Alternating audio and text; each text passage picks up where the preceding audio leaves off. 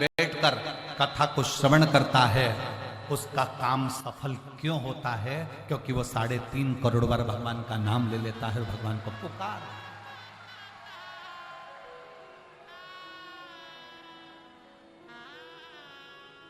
शिव के आश्रित होकर रुक्मणी जी ने जो पत्र लिखा भगवान कृष्ण के कह दिया, मैं आपको नहीं देखी हूं पर मैंने सुना है।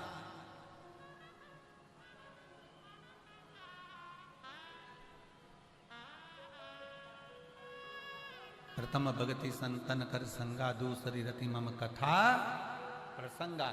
मेरे प्रसंग को सुनो। रुक्मणी जी ने केवल भगवान के प्रसंग को सुना था और रुक्मणी जी ने मन से भगवान कृष्ण को पति मान लिया। भगवान कृष्ण को पति, मानसिक विवाह कर लिया, दिल का विवाह कर लिया, हृदय का विवाह कर लिया।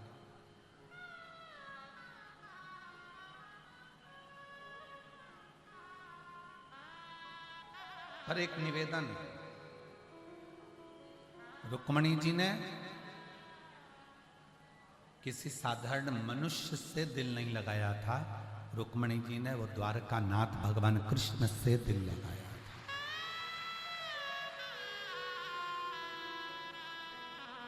आज के पढ़ने वाले बच्चे कॉलेज में, स्कूल में जाने लगते हैं, कॉलेज में पहुंच जाते हैं और उनको कोई अच्छा लगने लगता है तो वो प्रेम की चिंता करने लगते हैं, प्यार की चिंता करने लगते हैं।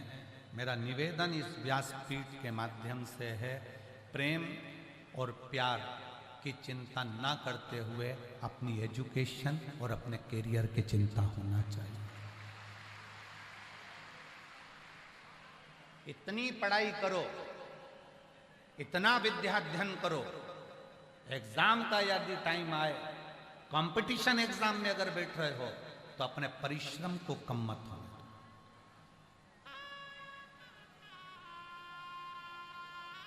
आपकी मेहनत, आपकी लगन, आपका परिश्रम आपको बहुत ऊपर तक लेकर जाए। जब आप पैदल पैदल चलकर ट्रैफिक के जाम में फंसने के बाद भी अगर पैदल पैदल चलकर अपनी मंजिल तक, शिवमहापुराण तक और त्रिवेणी संगम तक पहुंच सकते हो तो आप अपनी लगन से बहुत उन्नति कर सकते हो।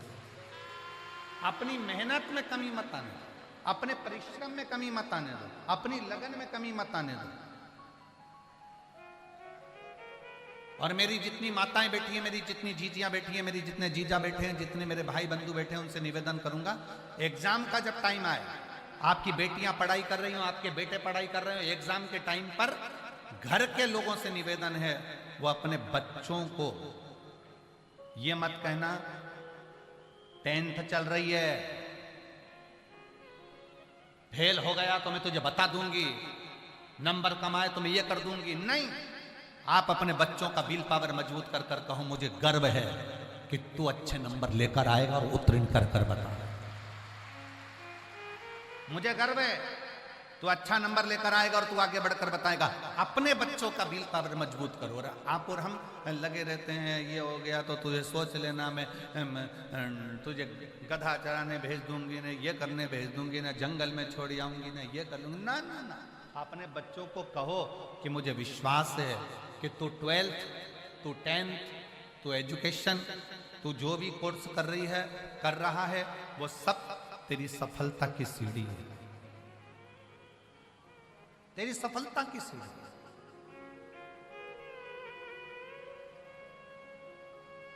भगवान शंकर की कथा कहती है, भगवान शिव का चरित्र कहता है। जिस समय पर तारकासुर को मारने के लिए भगवान षडानंद कार्तिकेय जा रहे थे, जिस समय तारकासुर का संहार करने के लिए षडानंद कार्तिकेय पहुंच रहे थे, तारकासुर को मारने के लिए जब षडानंद कार्तिकेय जाते हैं तब उन्होंने अपनी माता पार्वती जी को नमन किया। मां,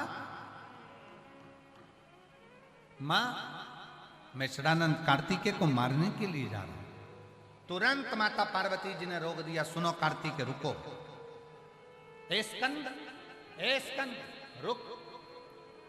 जैसे ही कार्तिकेय ने कहा मां मैं तारकासुर को मारने के लिए जा रहा हूं, रोक दिया मां ने, रुको। कितनी सुंदर बात एक माँ कहती है, माता पार्वती कहती है, रुक, थोड़ा रुक जा, रुक, थोड़ा रुक जा। हाँ माँ, क्या बात है? दुनिया की सारी माँ इस बात के लिए बहुत गौरवान्वित हो। माता पार्वती जी ने कह दिया, तारकासुर को मारने के लिए कौन जा रहा है? कार्तिक कहते हैं, माँ मैं तारकासुर को मारने के लिए जा रहा हूं। पार्वती जी कहती हैं, अब तो तारकासुर मर नहीं सकता, क्योंकि तेरे अंदर मैं शब्द आ गया। शब्द में नहीं आना चाहिए कि तुम मार रहे हो, शब्द ये आना चाहिए कि शिव की कृपा से तारकासुर मर रहा है। जहां मेरा संबोधन आ गया, जहां मैं संबोधन आ गया, जहां मैं आ गया, वहां सब कुछ समाप्त हो, सब कुछ समाप्त। जब मंदोदरी रावण को समझाती थी तो रावण बहुत चिल्ला कर कहता था, तू मुझे जानती नहीं है, मैं लंका का राजा रावण।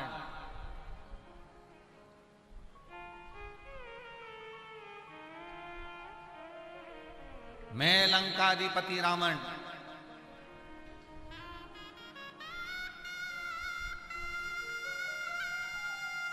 और कितना सुंदर मां कौशल्या जी ने पूछा था राम जी से, मेरे लाल तूने रावण को मार दिया?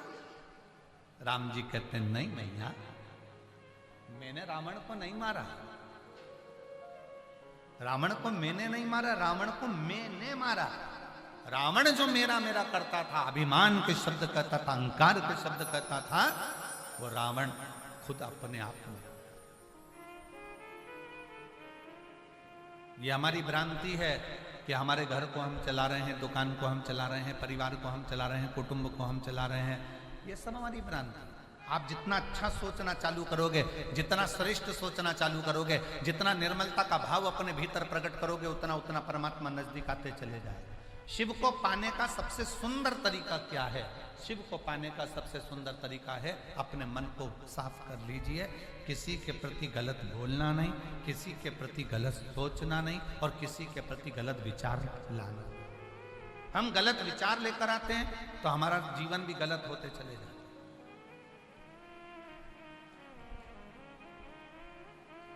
आज का व्यक्ति बीमारी से जितना दुखी नहीं है, आज का व्यक्ति बीमारी से जितना दुखी नहीं है, उतना वो बीमारी के बारे में सोच सोच के दुखी है। वो बीमारी से ज्यादा दुखी नहीं है, बीमारी के बारे में जरा सा घुटने में दर्द हुआ, एक बार डॉक्टर को दिखाया, 2 बार डॉक्टर को दिखाया, तीसरे बार मन में आ गया, मुझे तो लगता है मेरा घुटना बेकार हो गया, मेरा घुटना ने काम करना बंद कर दिया, मेरे घुटने को बदलना पड़ेगा, मेरे घुटने में ऐसा हो गया। वो बीमारी के बारे में सोच ही सोच रहा है, वो बीमारी के बारे में विचार ही विचार कर रहा है, वो बीमारी के बारे में सोचे चले जा रहा है, सोचे चलो। जरा सा शरीर में गठान हो गई, जरा से शरीर में गांठ हो गई, वो सोचते चले जा रहा है, विचार करते चले जा रहा है। शरीर में गांठ हो गई, चेस्ट में गांठ हो गई, पेट में गांठ हो गई, बच्चादानी में गांठ हो गई, ऐसा लग रहा है कि ये गांठ कहीं दूसरी ना निकल जाए। गांठ का जांच कराऊंगी, जाऊंगी, दिखाओ डॉक्टर को, दवाई खाओ डॉक्टर की। हम पहले भी कहते हैं कि डॉक्टर शंकर का एक रूप है, हम पहले भी कहें कि डॉक्टर शिव का एक रूप है। आप डॉक्टर को दिखाओ, दवाई खाओ, जांच कराओ, पर निवेदन इतना सा है, उस बीमारी के अगर गठान हुई है तो बहुत गलत मत सोचो कि ये बीमारी ना जाने कौन सी होगी। आप अपना अच्छा सोच लेकर आओ, अच्छे विचार लेकर आओ, अच्छे कर्म करते चले। अगर अच्छी सोच रख रहे हो, अच्छे विचार रख रहे हो, अच्छा कर्म कर रहे हो, तो दुनिया में किसी की सामर्थ्यता नहीं है कि कोई तुम्हारा बुरा कर दे, किसी की सामर्थ्यता नहीं कि कोई तुम्हारा बुरा कर दे। चाहे फिर कोई नींबू पटक दे, चाहे फिर कोई मिर्ची पटक दे, चाहे कोई फिर तंत्र कर दे, फिर चाहे कोई मंत्र कर दे, दुनिया में किसी की सामर्थ्यता नहीं कि कोई तुम्हारा बुरा कर दे। अगर दिल साफ है तो नियत साफ है तो परमात्मा भी देता ही देता है।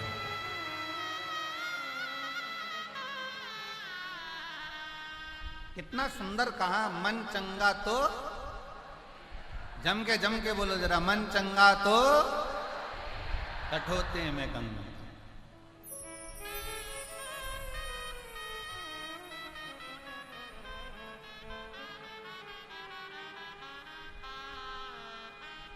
और अगर मन चंगा नहीं तो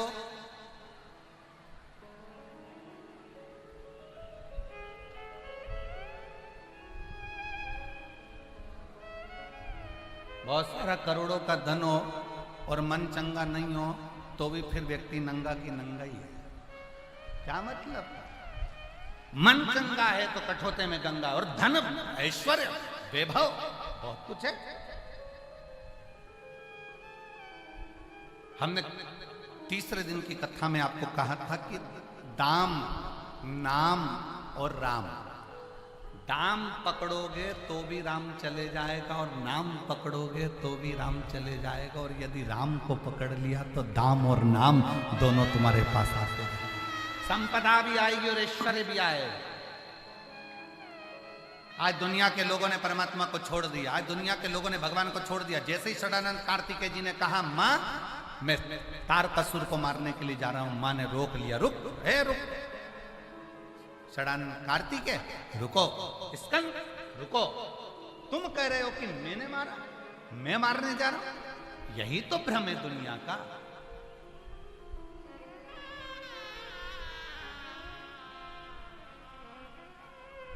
कई कई माताएं कह देती है वो तो मैं जिंदा हूं तो घर चल रहा है, जिस दिन मैं मर गई तो आटे दाल का भाव मालूम पड़ जाएगा।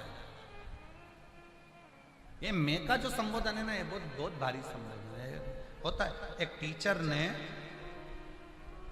एक बच्चे से, स्टूडेंटों से स्कूल में प्रश्न किया क्लास में, बच्चों गुड मॉर्निंग। बच्चे भी गुड मॉर्निंग बोल दिए, बैठ गए, पढ़ाने लगे। फिर टीचर ने कहा कि एक बात बताओ,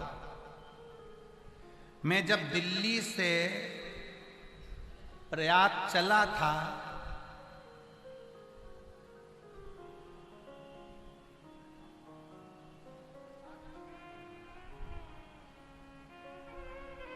दिल्ली से जब मैं प्रयाग चला था तब मेरी उम्र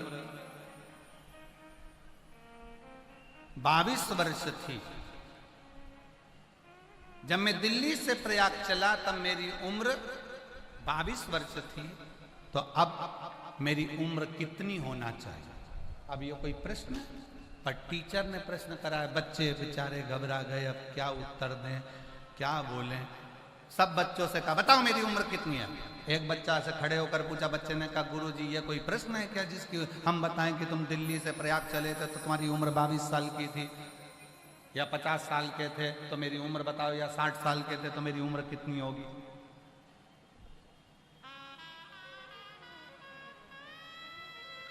सारे बच्चों ने कोई जवाब नहीं दिया। तब एक बच्चे को फिर खड़ा करा, तू बता कि मैं दिल्ली से प्रयाग चला, मेरी उम्र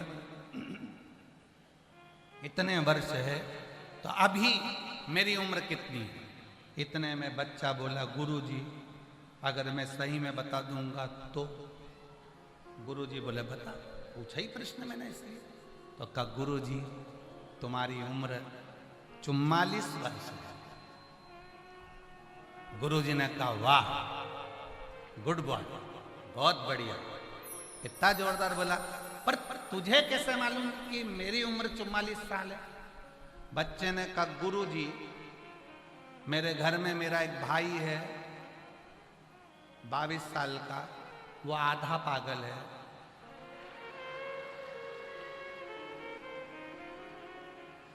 और तुम्हारी उम्र 44 साल है, तुम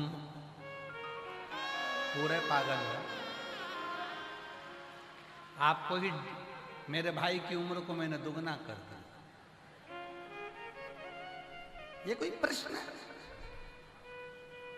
हम भी हमारे भ्रम में जी रहे हैं। माताएं कहती हैं मैं जिंदा हूं तो घर चल रहा है, भाई कह देते हैं मैं दुकान चला रहा हूं, मैं काम कर रहा हूं, मैं मेहनत कर रहा हूं, मैं कर रहा हूं, मैं नहीं करूं तो कुछ भी नहीं हो।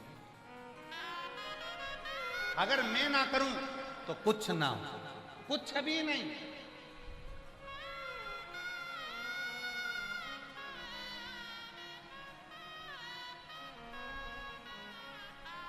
करोड़ों करोड़ों, लगभग कल तक का आंकड़ा था 51 करोड़ भक्तों ने त्रिवेणी का संगम का स्नान किया।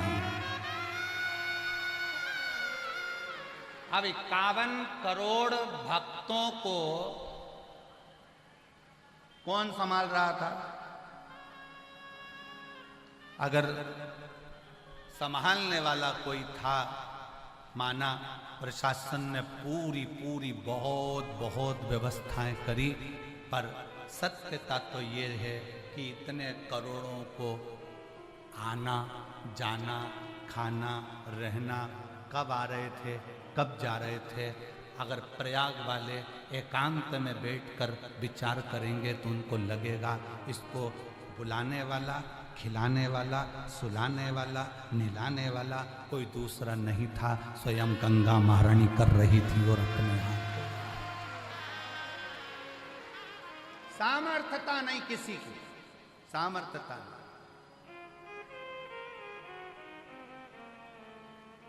51 करोड़ भक्तों को भोजन कराना, 51 करोड़ों की रहने की व्यवस्था, भोजन व्यवस्था, शौचालय व्यवस्था, अन्य व्यवस्था। और उसके बाद भी कई लोग ऐसे हैं कि दिन भर बैठकर गलतियां छांटते रहते हैं। बताओ इतनी सारी गंदगी हो गई। अरे गंदे आदमी, तू गंदगी देख ही क्यों रहा है? तू तो अच्छा देखना।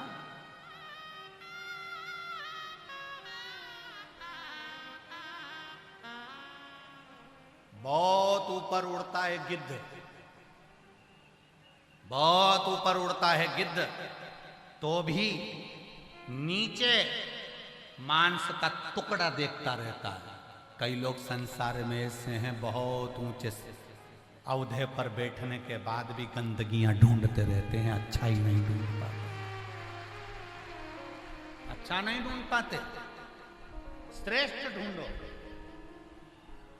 अच्छा ढूंढो।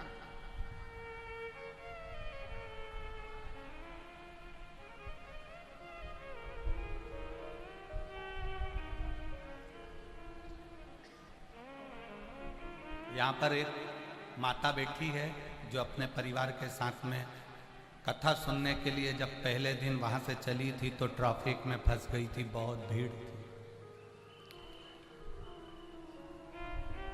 हमको जहां हम रुके हैं सतवा बाबा शिविर में, वहीं पर वो अपनी बात सुना रही थी। कहीं बैठी होगी तो वो खड़ी हो जाएगी कि गुरुजी हम ट्रैफिक में फंस गए, इतना भीड़। परिवार वालों ने कहा कि कितना किलोमीटर बचा है, तो कहा कि 10 किलोमीटर बचा है, पर पहुंचना बड़ा मुश्किल है। तो बच्चों ने कहा एक काम करो माँ, वापिस आ जाओ।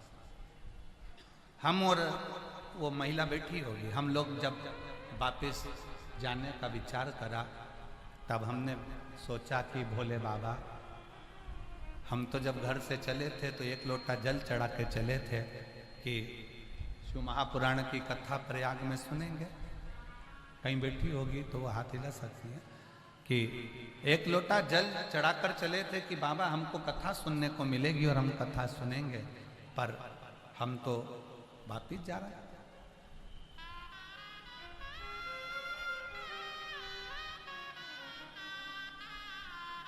बैग लिया, वापिस जाने लगी।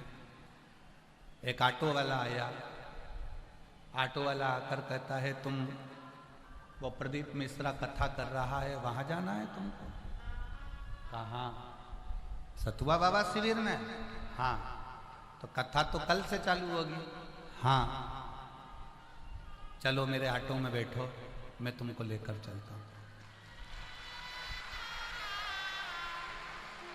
वो महिला बोली कि वो मोटरसाइकिल वाला तो इतना बता रहा था, वो इतना बता रहा था, हमारे पास तो पैसा भी इतना नहीं है, केवल 150 रुपये पड़े हैं, अगर तुम 10 किलोमीटर दूर ले जाओ।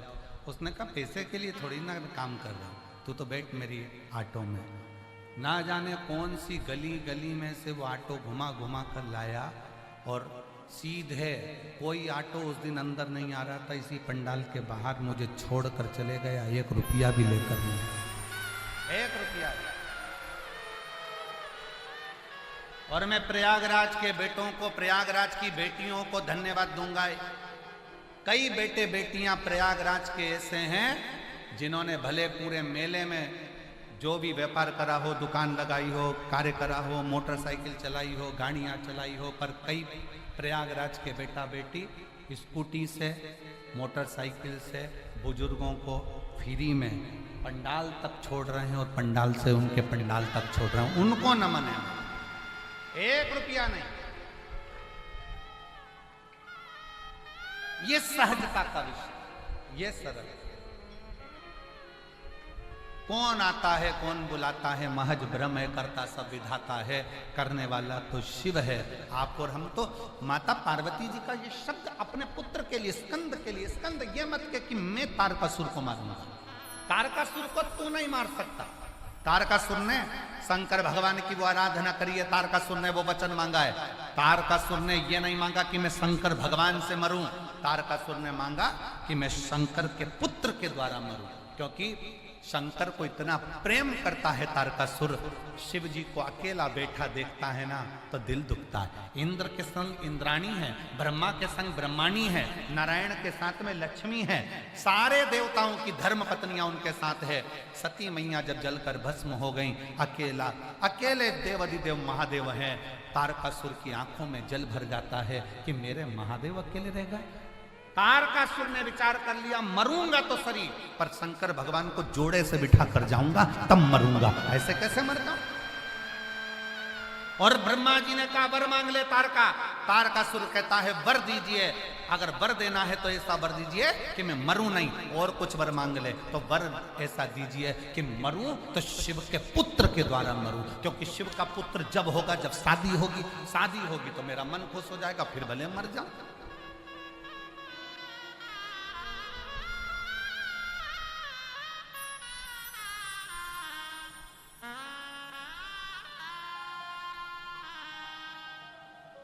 फिर भले प्राण छूट जाए। शिव से मांगा वर ऐसा दीजिए, वर मिला तारकासुर को कि वर है तेरे को शंकर भगवान के पुत्र के द्वारा मरे। पार्वती जी कह रही हैं अपने पुत्र षडानंद कार्तिकेय को, ना ये मत के कि मैं तारकासुर को मारूंगा, तारकासुर को तू नहीं मार सकता। तारकासुर के दिल में शिव बसा है। महाकाल के भक्त पर अगर एक उंगली उठा, एक निगाह उठाकर कोई देख ले, महाकाल के भक्त पर कोई गलत दृष्टि से देख ले, तो उसका जवाब भक्त नहीं देता, वो भस्म रमाने वाला स्वयं आकर देता। महाकाल का भक्त स्वयं जवाब नहीं देता, महाकाल का भक्त स्वयं जवाब नहीं दे पाता। महाकाल का भक्त अपशब्द कहने वाले अपशब्द कह देते हैं, ताना देने वाले ताना दे देते हैं, गाली देने वाले गाली दे देते हैं, आड़ा टेढ़ा कहने वाले आड़ा टेढ़ा कह देते हैं, पर शंकर का भक्त मौन होकर आनंद के साथ शिव भक्ति में रमा रहता है। जवाब वो दे, कोई दूसरा क्यों जवाब देगा, जवाब वो दे। अच्छा एक बात बताओ, पति के साथ पत्नी जा रही हो, बाप के साथ बेटी जा रही हो, भाई के साथ बहन जा रही हो, जेठ के साथ बहू जा रही हो, मामा के साथ भांजी जा रही हो, ताऊ के साथ बेटी जा रही हो, और अगर रास्ते में चलते चलते कोई अपशब्द कह दे तो बहन जवाब देगी, बेटी जवाब देगी, बहू जवाब देगी, या उसके साथ में जो होगा उसका पति, उसका बेटा, उसका पुत्र, उसका भाई, उसका ताऊ, उसका मामा, जवाब कौन देगा, बेटी नहीं।